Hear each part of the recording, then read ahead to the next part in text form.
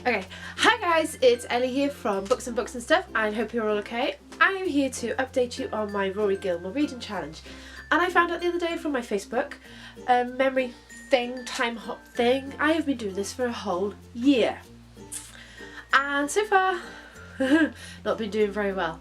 I'm currently doing a few challenges to do with books. I am doing the 2016 reading challenge, which I'll be talking about later, and I'm doing the book Instagram Sammy Reads July 16 not reading challenge but picture challenge. So hopefully I'm going to get a bit better at this and reading. My reading is going up and down at the moment, but because I currently work in school, I'll be able to catch up with my reading through the summer holidays. So let me catch you up on my Rory Gilmore reading challenge and show you how not so well I've done.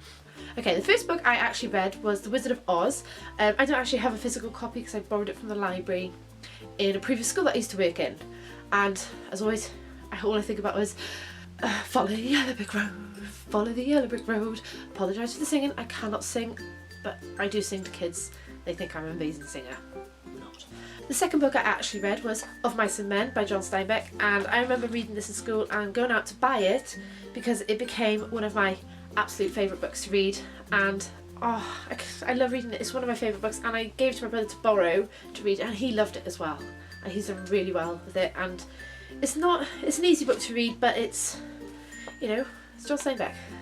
It's probably one of the best writers I actually like to read. The next book was my first play, which is The Crucible by Arthur Miller, and I absolutely fell in love with this play, and I don't know, it's so dark, and it was so, I guess it was historical facts, because it happened, these people were real people, and it was nice to read these and think of them in the light of, you know, fiction rather than real life people.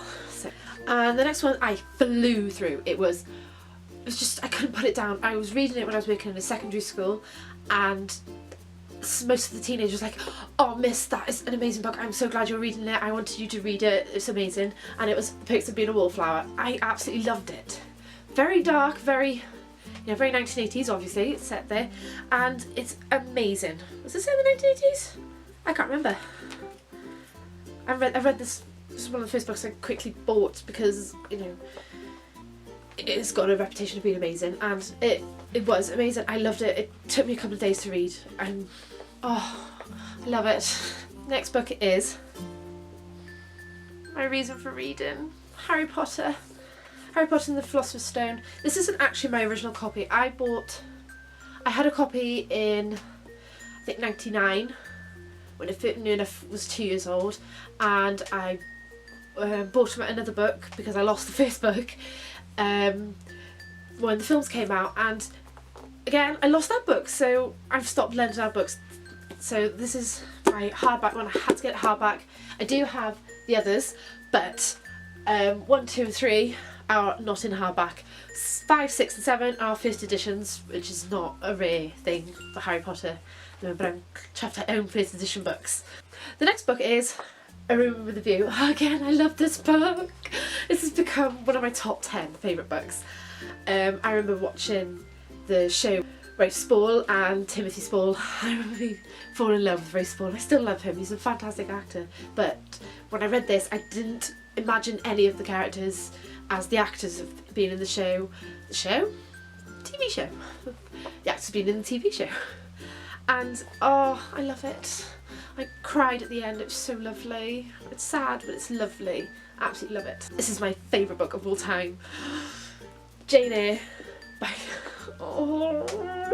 by Charlotte Bronte. This is just, it's so old. It's fallen apart, it's yellow. This is my favourite book. It's probably one of my first classic books I ever bought. Before Pride and Prejudice, which is another one of my top 10. But this one, I love this book so much, and it is amazing. And I got so excited when I thought, I get to read Jane Eyre again. I do. This is one of the books I read once a year because it's just a book that I can't put down. I know the writing is absolutely tiny, but it is amazing. Another book that I fell in love with, but I wasn't overly overjoyed by it. I wasn't overly happy by it, and it was The Great Gatsby by F. Scott Fitzgerald, and I liked it, but it's too much pining for me. I can't do with it. I got confused at some points, and I know it's from, you know, from a certain points of view, and it's just, I don't know. I would recommend it for anyone to read. It is really good, but I didn't really 100% enjoy it. Destroying my shelves. The next book is possibly the darkest one I've read so far, and it's quite scary, I think, is The Picture of Dorian Gray, and this is again another old book. So you can see it's got paint on it for some unknown reason, and the worst thing about it, when I started reading it, some of the pages were stuck together, because some of my books have been in storage since I went to university and moved back home, and now they're all out in their perfect glory. But this one was really stuck together, and you know, when I got to read it, I had to literally pry some of the pages apart. But this is a really dark book. I do recommend it for people to read, and it is a fantastic read. It took me a while to get into, but it was it is a really good book to read. I really recommend it to anybody to read. Right, this next book I bought when the film came out because I'm a huge Keira Knightley fan. I really am. I absolutely love her, and it was Atonement. And this book was another one I flew through. I read it in sixth form. This is about 10 years ago now, and probably not even that. But I read this and I couldn't put it down. It was just such a beautiful book to read, and you know, and another book that I read because of a film was My Sister's Keeper.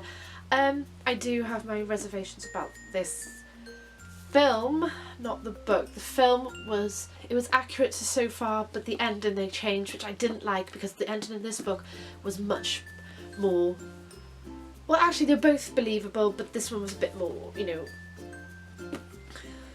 heartwarming, heart-wrenching than the film. Spoiler, in the film she dies of cancer, the main character, but in this book the younger sister, who's the sister's keeper, dies in a car crash, and her organs are donated and his sister lives, which is lovely, but I prefer that they'd filmed this ending rather than the ending they put in the film. I really do. This is amazing. This is a really good book. I am nearly there. I've got 2 more to do. This next book is a book every girl should read just to fall in love. It's Pride and Prejudice. Now this isn't the copy that I use. This is the only copy I could find. I own 3 copies of Pride and Prejudice, and the first one was bought for me by a friend. The second one I bought for this because, hello, Matthew McFadden, hello, and this is where I fell in with love with Keira Knightley. Pride and Prejudice is that all-time classic. Some people say it's too perfect. I like perfect. I love Mr. Darcy. I want someone like him in my life. Very unlikely it'll ever happen, but it'd be nice to dream. I love this book because you imagine you're Elizabeth Bennet and you'll fall in love with Mr. Darcy on the way. I remember the first time I read it, I think I was about 15, and yeah, I fell in love with Mr. Darcy straight away. How can you not? He's a proper flawed male character who warms to your heart as the story progresses. So this is for any girl, and I don't care. Actually, any guy should read this. Everybody should read this. This book is amazing. Right, the last book that I have recently finished, I literally finished 2 days ago, and that is A Death of a Salesman by Arthur Miller. I didn't like this book totally. It's a very beautifully written book, as I said about The Crucible. They're both beautifully written. This was a bit different. I did not enjoy it to 100%. I got confused about the jumping between all the different times that the main character had, and it confused me a lot. I know it's because of his mental state, but this is a very dark, not dark, very intriguing book. So I do recommend people to read it, but I don't want to read it again.